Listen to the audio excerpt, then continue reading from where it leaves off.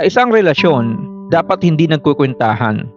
Yung perang kinikita mo, hindi sapat yun para tatapak-tapakan mo ang isang tao. Lalong-lalo na kung siya ang kinakasama mo. Alalahanin mo, yung taong kinakasama mo ngayon, siya lang yung taong maaasahan mo. Mauuwian mo pag ayaw na ng mundo sa'yo. Siya lang yung tanging mag-iisang taong magpoprotekta sa'yo. Pagkalaban mo ang buong mundo. Walang ibang dadamay sa'yo kung pagtatawanan ka ng mga taong nakapalibot sa'yo. Today, I will share a story. A story of love, resilience, and silent storms we sometimes endure for the people we love.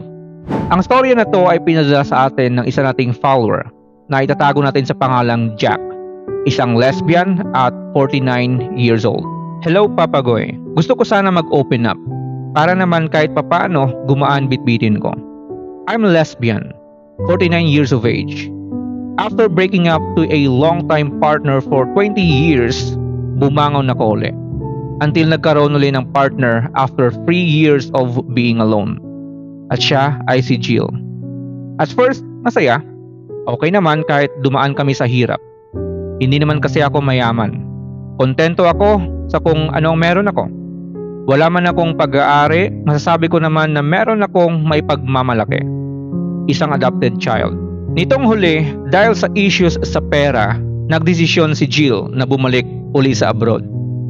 At naiwan sa akin ang mama niya at isang anak. Aminado naman ako na kahit may work ako, hindi talaga sapat kinikita ko. Kaya nga daw siya bumalik uli sa ibang bansa.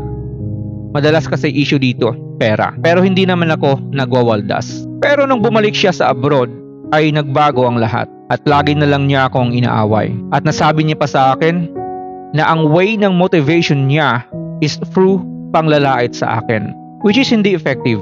Bagkus nadadown ako. Blessing ang pagdating niya sa buhay ko.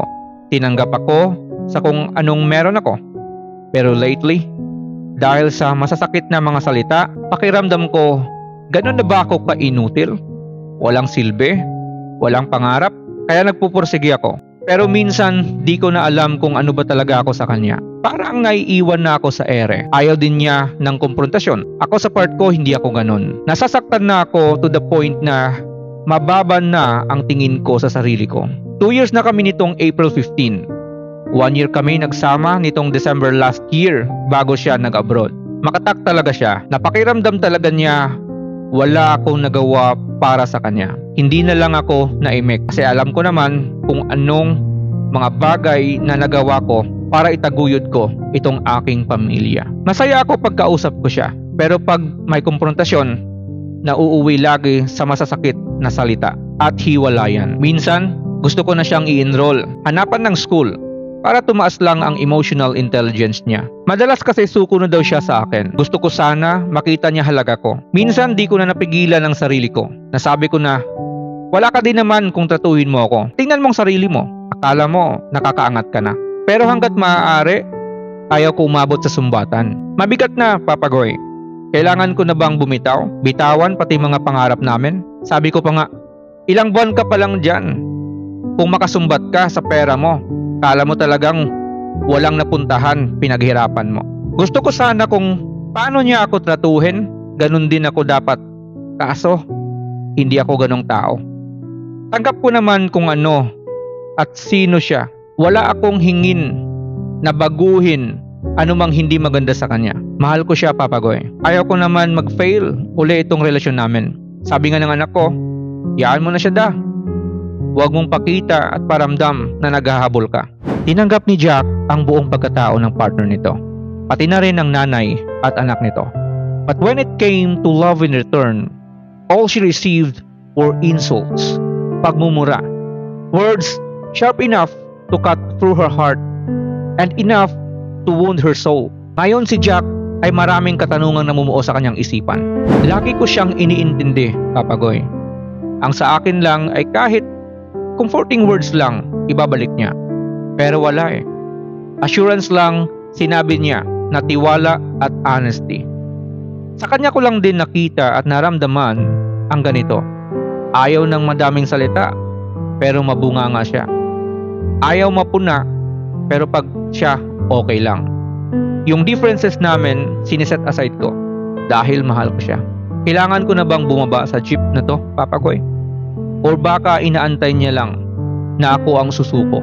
Dapat ko bang baguhin ang pagtrato ko sa kanya? Na kung paano niya ako tratuhin ay ganun din ako sa kanya? Pero ayoko ng ganun. Well, ito ang sasabihin ko. Love should never make you question your worth. And the relationship should never cost you your peace. Hindi naman kasi ito parang isang giyera na dapat merong mananalo at merong matatalo. No. This should be your home.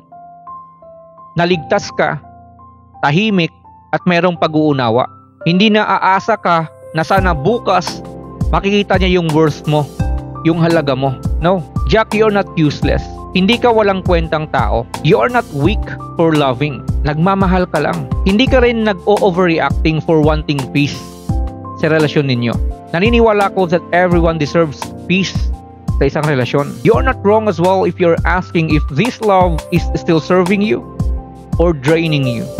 Diba? Karapatan mo yan. Normal naman sa isang relasyon na may pag-aaway It is part of the relationship. Hindi lang naman kayo ang nakakaranas nun. Lahat ng nasa relasyon ay merong pagtatalo, merong pag-aaway. Pero kung lagi na lang, di ba? Kung araw-araw na lang, that's why you start asking questions And as much as possible, gagawa ka ng paraan or aksyon to save your relationship. And that's normal. Pero minsan, the strongest thing you can do is to let go. To let go hindi dahil galit ka. To let go hindi dahil na gusto mong maghigante. But to let go out of love for yourself. Kung meron ka pang natitirang pagmamahal sa sarili mo. Pero kung merong ibang paraan, like mag-usap kayo, masinsinan, di ba? Mas okay yun if you can fix the issue. Kasi sayang naman yung pinagsamahan ninyo kung mauuwi lang din sa wala. Pero sabihin mo, dapat may mabago. Something needs to be changed and someone has to change. Kaya sa lahat ng nakikinig dito o nanonood, we teach people how to treat us by what we accept. Kung hahayaan ho natin sila kung paano tayo tratuhin. And sometimes the most powerful act of love is choosing yourself. Ang pagpili mo sa sarili mo, ang siyang pinakamakapangyarihang pagmamahal na pwede mong maialay sa sarili mo. So salamat Jack for sharing your story.